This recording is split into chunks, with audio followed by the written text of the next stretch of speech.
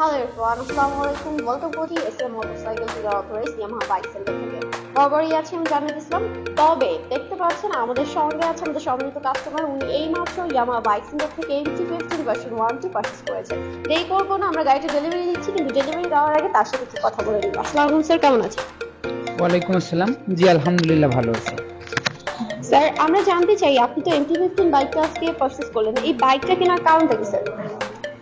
MT-50 মানে হচ্ছে বাইকটা কেনার কারণ বা হচ্ছে উদ্দেশ্য, এইটা বলতে পারেন প্রত্যেকটা ছেলেদের একটা ড্রিম থাকে। আমি ইয়ামার এর আগেও অনেক বাইক ইউজ করছি, রিসেন্টলি আমার R15 ছিল।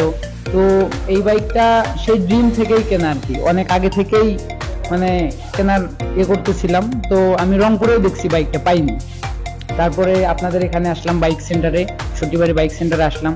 আপনারা যাই হোক যথেষ্ট পরিমাণে কষ্ট করে বাইকটা ম্যানেজ করে আমাকে যথেষ্ট পরিমাণে ভালো সার্ভিস দিচ্ছেন, এই জন্য আপনাদেরকেও থ্যাংক ইউ। আর মূলত বাইকটা আমি হচ্ছে ইউটিউবেও দেখছি, তারপর হচ্ছে ফ্রেন্ডের ছিল সেখান থেকেও চালাইছি। এখন এক কথায় বলতে গেলে মানে ড্রিম বাইক আর কি। Okay sir. তো স্যার, আপনি তো এই বাইকটা পারচেজ করলেন, তো মূলত বাইকটা আপনার কোন পারপাসে বেশি ইউজ হবে স্যার?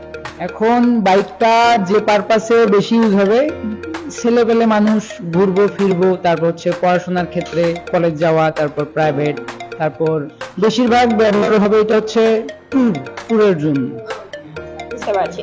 তো স্যার, পরে তো আপনাদের ইয়ামাহা বাইক সেন্টার থেকে আপনি আজকে বাইকটি পারচেজ করলেন, ইয়ামাহা বাইক সেন্টার থেকে আপনার সর্বোচ্চ কেমন লাগলো? ইয়ামা বাইক সেন্টার সম্পর্কে খুবই ভালো লাগলো।